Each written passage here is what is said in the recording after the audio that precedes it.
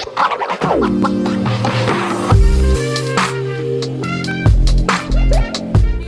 back to my channel. My name is Brittney Bundles, and today's video is a Motivation Monday video. I used to do these videos very religiously about 2 to 3 years ago, and then I just stopped.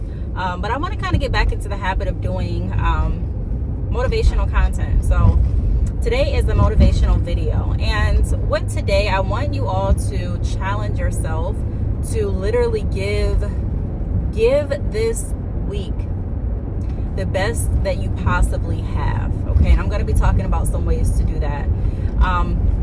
It's so easy to become distracted. I've made multiple videos on this channel about the importance of not letting your distractions overcome you, and to make sure that you're staying focused, to make sure that you're staying around positivity, to make sure that you're doing what you can to be a good contributor to your business, to friends, family, your community. I'm sorry if this camera keeps moving. But along that, there are some things that I want to go over to help that happen, because some people may be saying, well, I want to do all of that, Brittney. I really want to give my business all that I have, but like, how do I do it? I've been posting and I haven't gotten any results. I have been passing out business cards. I haven't gotten any results. I've been going live on Facebook, no results. So what should I do? I'm being consistent. I'm trying to keep an optimistic attitude. I am doing the work. What else can I do? So, if you've been following this channel, and also if you follow me on my podcast, the Brittney Bundles podcast, I'm more of a foundational person, right? I'm not really too much of a surface, nor too much of just a numbers person, meaning that I don't just look at things for what they look like on the outer side. And the times that I do, trust me, in life and in business, I've always regretted it. But I try to look at things from a foundational, substantial aspect. And so with that being said, yes, you can be posting and you can be making YouTube videos, you can be making Facebook live videos, you can be spreading the word, passing out your business cards, and still not have as much success as you had hoped to.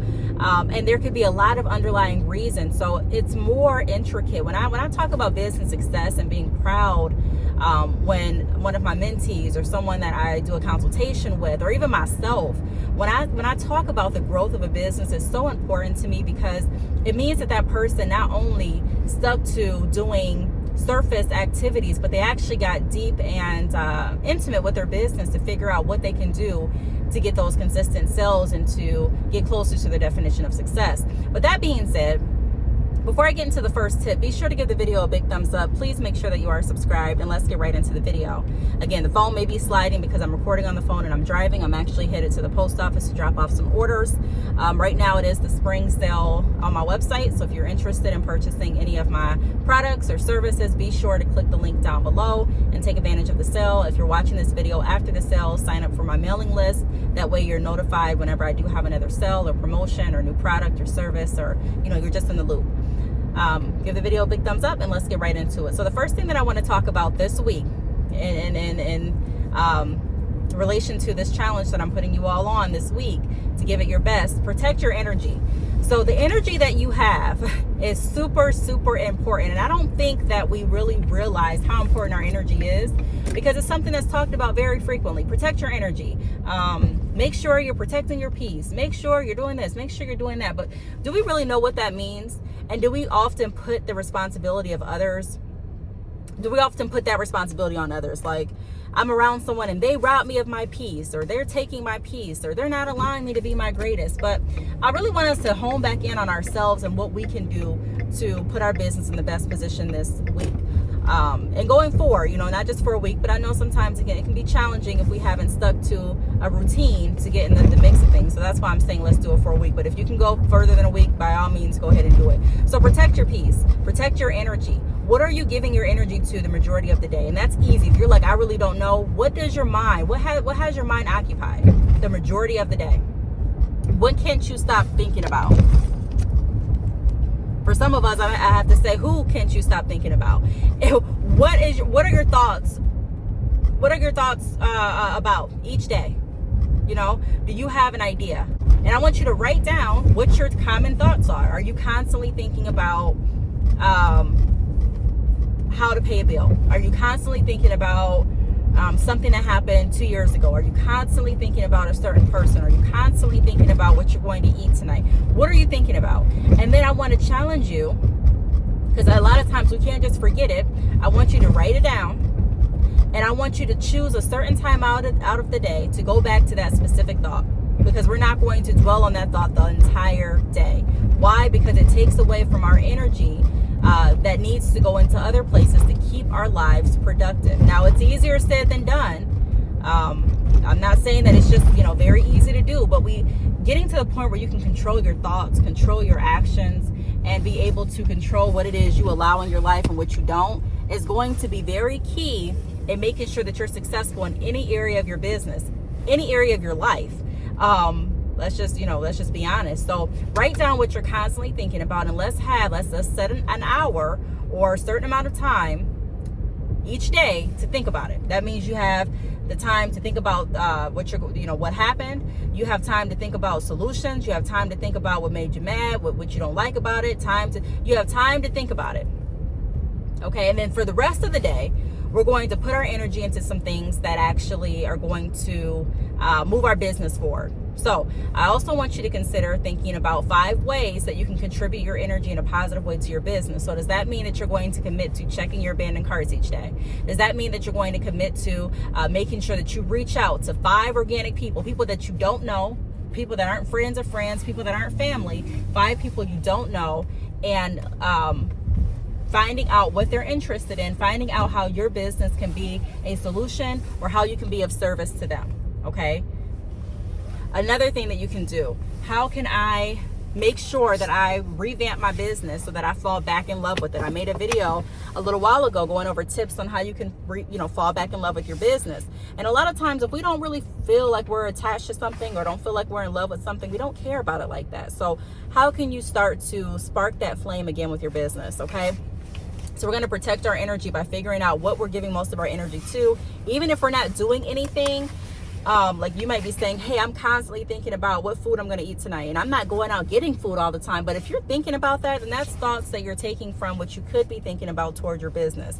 I'm not saying have your business on your mind all the time. I'm not saying become obsessed with anything or anyone, but I am saying that we have to identify what our energy is going towards, what our thoughts are, what has our thoughts captive, and figure out a way to free those thoughts so that we can put our thoughts and our energy back into the creativeness that our business needs so much. Second tip, don't overthink it. This goes back to our mind, because a lot of the line between success and failure, a lot of times it's just in our mind. We're our biggest enemy. And if we can overcome our thoughts, like I mentioned before, I've been talking about this for years, speaking truth to ourselves, then a lot of times we can overcome any obstacle that comes our way. So don't overthink it. There are certain instances where I talk to people and they're like, hey, I was just going to start a business, but I kept thinking about it, and I thought about this, and then I thought about this, and then I thought about this, and then I say, you know what, I'm not going to do it right now. Don't talk yourself out of starting your business. Don't talk yourself out of taking your business to the next level if you already have a business. So if you have an idea and you're confident with that idea, the best time to get started with it is now, because you don't want your mind to start playing tricks on you. You don't want your mind to talk you out of doing something that can potentially put you and your family in a completely different lifestyle.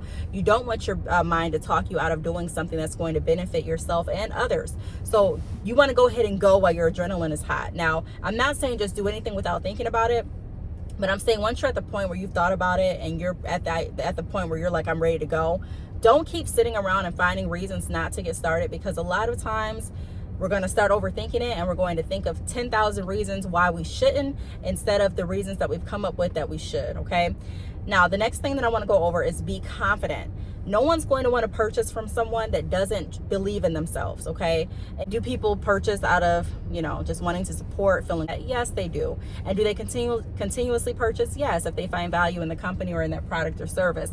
However, there's a lot of people that don't. They just do it just to do it. So I'm saying be confident in what you are offering, because you don't want people to purchase necessarily just because they feel like, they're just wanting to support. Yes, you want support, but you want people to support you that are going to be positive attributes and continuous attributes to your company. So I'll do another video on that. I hope that makes sense. You know what I mean? Like, if you're not confident in what you're selling, you may get sales, but it may be for the wrong reason, and you may not attract the customers that you're looking to attract. You may not have that organic customer base that you're longing for. The next thing that I want to go over, and that's another reason why I say don't sell just on price, sell on value. But another tip that I want to go over is be consistent. Excuse me, be consistent. Okay, so often we get our rush of adrenaline, and we're like, you know what, we're going to do this, we're going to do that, and then halfway through our goal, we start slacking. I know I'm guilty of it too. I'll say, you know what, for this year I'm going to do this and that, and then I start to think about something else, forget about it, get content with the orders that I'm already getting, and then I'm not as consistent as I should be. So it's very important to stay consistent. One of the ways that you can stay consistent is writing out your day each day. That's what I do on my planner. I have time slots allowed for what I'm supposed to do. Like right now, I'm supposed to be in the post office, but I'm recording this video. So the time slot that I had to record the video tonight, I'm freeing that up now. But I plan out my entire day. That way I know exactly what I need to get done. I know exactly what I'm hoping to do. And I don't have any confusion as to where I'm supposed to be, what I'm supposed to be doing. And I don't really have free time to just pass off. Like I don't just, if I choose to do something else, like I can choose to not record right now and go out to lunch. I can record later on today. That's one of the benefits of being an entrepreneur. However, I still want to make sure that I'm sticking to my goals. And I know that there's a chance that if I push this video off, I may go out to eat later on tonight and forget about it. I know there's a chance that if I push this video off, I might end up watching a movie with my kids and fall asleep. And the video may not get created today. So it's very important to write out a detailed agenda list of what you need to accomplish each day. Not even just that day, but I do it for a month in advance. So my calendar for April is already booked up. I have some things in May as well, but I'm constantly writing down what I need to do to make sure that my day aligns into what I need to get accomplished for that day to reach my overall goals. Fifth thing that I want to go over is revisit your goals. So now that you have your day planned out and you know what your goals are, how often are you revisiting your goals? I'm sorry, I'm trying to look to see if the post office is getting really busy. So I'm going to wrap this video up very shortly. But how often are you revisiting your goals? Are you looking at your goals once every blue moon? Are you not looking at your goals until another year rolls around and you're looking back at them for your New Year's resolutions? I mean, how often are you really holding yourself accountable to your goals? For me, I make sure that I look at my goals at least a few times a week. I want to make sure that I'm constantly knowing what my goals are. So my goal is to get to X amount of people this month. I'm right here. What am I going to do to stay on pace or to get on pace with this goal? Okay. My goal is to make X amount of dollars. If that's your goal, I'm right here. So how many bundles do I need to sell? How many ebooks do I need to sell? How much do I need to make from YouTube? How much do I need to make from my affiliate links? How much do I need to make from other companies that I'm working with in order to reach that goal? Where am I at right now? Where do I hope to be tomorrow? Where do I plan to be 2 days from now? So revisiting your goals and making sure that you're holding yourself accountable. The next thing that I want to go over is stay motivated. How often are we looking at our motivation? For me, I know that it's motivating to see an impact in other people's lives. So I get motivated when I see, if I'm doing a consultation, that if someone says my goal is to get my first sale by the end of this year, and I see they got their first goal, that's motivation to me. So one of the things that I do is I like to follow and check up on different people that I work with through consultations and mentoring. So I'll hop on their social media and just check and see what they're doing. And I find myself becoming motivated with that. I also am motivated by knowing that I'm working toward financial freedom. So I look at my account and I can see the money that I have. I can see what I've generated from my businesses, and that keeps me motivated. I also plan to purchase a home. I planned on purchasing a home this year, but it looks like I'm probably going to be purchasing next year, or I got to get some things settled first.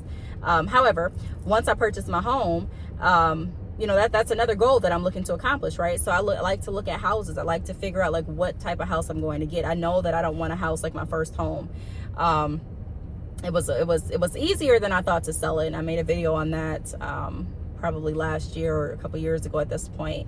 But I know what kind of home I'm looking for this time. So that's another goal of mine. So I constantly keep myself engaged with different houses in the market. and figuring out what the prices are, and figuring out, you know, what type of house I want, how many floors, how many bathrooms. That keeps me motivated. There are some people, I remember I used to work in the call center, and some people would have a picture of their car, their favorite car, on their desk as motivation because they wanted to purchase that car. And with the job that I was working in sales, the commission checks would be that hefty where they could.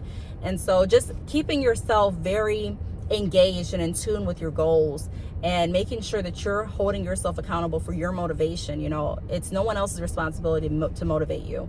No one else's responsibility to motivate me. No one else's responsibility to inspire me. You know, if I'm getting inspired by someone else or motivated by someone else, great, but that's not necessarily their responsibility. I'm responsible for what I do each day, and I'm responsible for making sure that I keep myself focused, disciplined, and motivated in order for my goals to come true.